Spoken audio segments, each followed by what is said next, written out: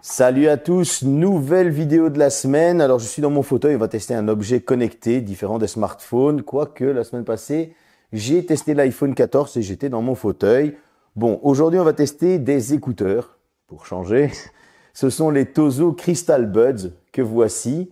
Alors, qu'est-ce qu'ils nous promettent? Bon, déjà ils ont un petit prix assez sympa. J'ai déjà testé pas mal de choses chez Tozo parce que j'essaye de trouver des petits trucs pas chers pour contenter tout le monde. On va en parler tout de suite après ça.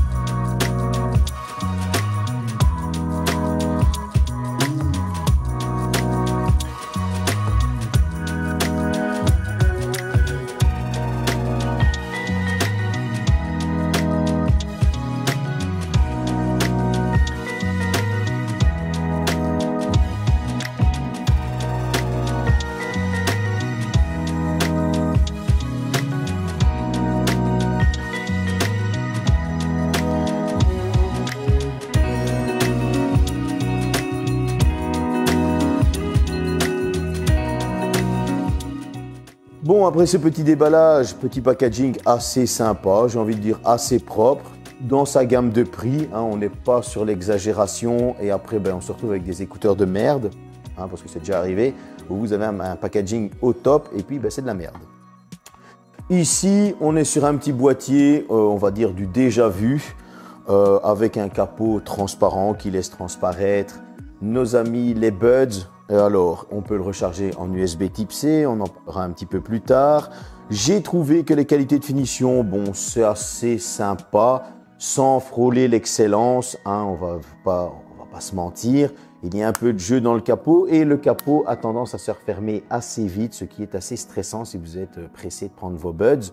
Alors, la chose assez cool, j'ai envie de dire, c'est ce petit affichage sur le boîtier et il est vraiment bien intégré dedans. Donc quand il est éteint, on voit rien du tout et au final, ça laisse transparaître ceci. Moi, je trouve ça vraiment cool.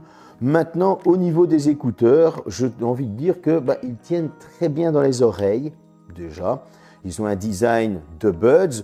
Il n'y a pas de réduction de bruit active, ce serait une réduction de bruit passive avec les caoutchoucs. Maintenant, les petits bouchons, excusez-moi. Maintenant, j'ai trouvé que franchement, ils ont un design cool, sans exagérer, mais par contre, le tactile, franchement, répond très bien. Et ça, j'ai vraiment bien aimé.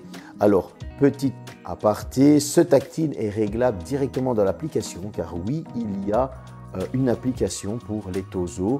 Et ça, c'est un petit plus supplémentaire. Bon, parlons des specs. On va tout d'abord avoir du Bluetooth 5.3, ce qui je trouve est très bien. Il y a certaines marques qui coûtent plus cher et qui ne le proposent pas. On va retrouver de l'IPX7, donc ça résiste à la pluie, etc. Ça aussi, je trouve que c'est très bien. De l'USB type C pour le recharger, de la recharge sans fil. Ça, je trouve que c'est encore mieux parce que on est quand même à un tarif en dessous des 60 €. Et en dessous de 60 € de la recharge sans fil, recharge par USB type C, rapide en plus, IPX7, on a du Bluetooth 5.3, je me répète, mais on a aussi en codec le AAC-SBC, donc ce sont les codecs, on va dire, de base. Dans l'application, on va pouvoir régler l'équaliseur, vous allez avoir des pré-réglages, pop, jazz, rock, plus de basse, etc. Vous avez le mode standard où vous pouvez régler vous-même l'équaliseur. Et je trouve que honnêtement, c'est assez sympa, toutes ces petites specs qu'ils nous proposent. Alors, on a un micro par Buds, ce qui fait qu'ils sont binaurales. On va pouvoir en utiliser un seul à la fois. Et chose qui est assez intéressante, en appel, malgré qu'il n'y a pas la réduction de bruit active, ces deux micros travaillent en synergie et ça réduit un petit peu le bruit extérieur, mais uniquement en appel, ce qui je trouve est dommage. Ça aurait été vraiment top que ça puisse le même en musique. Bon, tant pis, c'est comme ça. Maintenant, au niveau de la latence, j'ai trouvé qu'on avait une latence assez réduite, surtout au niveau des films. Il n'y avait pas de décalage. Dans la musique, on est sur un son qui est quand même assez propre, sans frôler non plus l'excellence. Mais en tout cas, on est dans une gamme de prix de moins de 60 € et je trouve qu'ils font vraiment bien le travail. On a une bonne petite basse, on a un bon médium, peut-être un aigu qui est un peu trop présent, mais justement, comme on a l'équaliseur, on pourra modifier ça pour les diminuer et augmenter ce qu'on a envie. Et ça, je trouve que c'est top. Donc, pour la musique, pour moi, c'est validé. En tout cas, on a franchement un très bon son. Pour les vidéos, on a une bonne latence. Pour le jeu vidéo, on a une latence qui est présente, mais pas exagérée. J'ai déjà franchement vu pire. Alors, on n'est pas sur des écouteurs Black Shark où là, la latence est quasi inexistante. Mais en tout cas, voilà, c'est quelque chose d'assez propre. Maintenant, si j'ai rajouté quelque chose, c'est en appel. J'ai trouvé qu'on avait quand même un bon retour au niveau de l'appel. Alors, je les ai appairés. Un Motorola Razr 2022, qui le test sort cette semaine. Je les ai appairés à un Xiaomi 12T et 12T Pro. Et là aussi, la qualité d'appel, etc. était bonne. Je les ai appairés à un iPhone 14 Pro Max. Et à chaque fois, on avait une bonne connectivité, on avait un son qui était assez pur. Alors, je vous conseille d'avoir vraiment des appels 3G, 4G, etc. pour vraiment ressentir la qualité de l'appel. Et là, on la ressent vraiment bien. Donc, pour ma part, en tout cas, je trouve que tout ce qui est spec, appel, musique, etc., c'est validé. On va parler un petit peu de l'autonomie. Pour cette dernière, on va trouver une batterie de 50 mAh par Buds, une batterie de 470 mAh pour le boîtier. On a une recharge rapide USB type C qui va plus ou moins 55 minutes, ce qui je trouve est assez rapide. Une recharge des Buds à l'intérieur du boîtier d'1h30, ce qui je trouve est pas mal du tout. Maintenant, en charge wireless, ce boîtier se chargera en 2 heures. Bon, voilà, la charge wireless n'est pas recommandée parce qu'elle est assez lente, mais en tout cas, ça peut redonner un petit coup de jus si vous êtes dans la voiture, vous avez la charge wireless, etc., etc.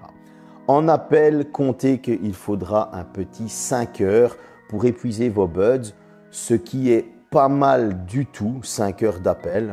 Franchement, il faut vraiment avoir un appel important. Et alors, en écoute de musique, bon, là, le constructeur promettait 8 heures.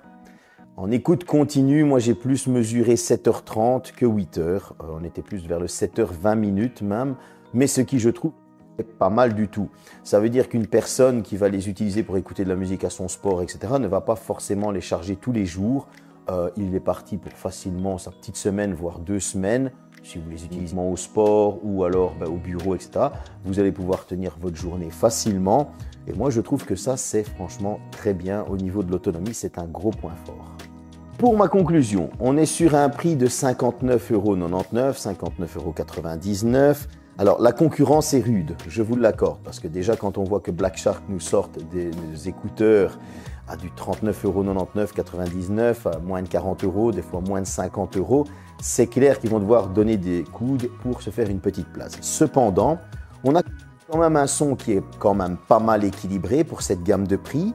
La recharge sans fil, on va avoir de l'IPX7, du Bluetooth 5.3, une recharge rapide via USB. Enfin, je reprends un petit peu tous les points positifs de la vidéo, mais en tout cas, j'ai quand même été assez étonné de ces écouteurs et en plus, on a l'application. Et cette application, on ne va pas même pouvoir régler le tactile, etc. Seul point qui est vraiment dommage, s'ils avaient eu la réduction de bruit active, ça les aurait vraiment positionnés devant. Maintenant, en avons-nous besoin? Ça, je ne sais pas, parce qu'il y en a qui aiment, il y en a qui n'aiment pas, si vous en avez l'habitude. Maintenant, c'est une question de budget. En tout cas, je trouve que pour moins de 60 €, on n'est pas volé avec ces petits Crystal Buds.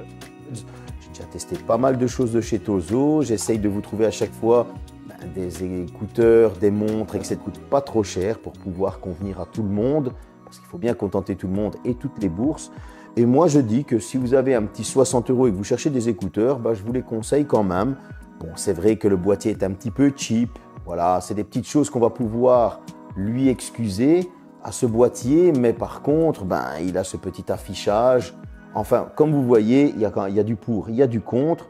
Mais moi, en tout cas, je les ai bien aimés. Surtout que dans mes musiques de prédilection, j'ai adoré. Le son était vraiment très correct et puissant. En appel, il n'y avait rien à reprocher. Et si on regarde bien, c'est le travail qu'on va demander à des écouteurs et aussi d'avoir une autonomie. Et donc, du coup, il coche les cases, simplement. J'espère que cette petite vidéo vous a plu. C'est la première de la semaine. À bientôt pour de nouvelles aventures. Salut!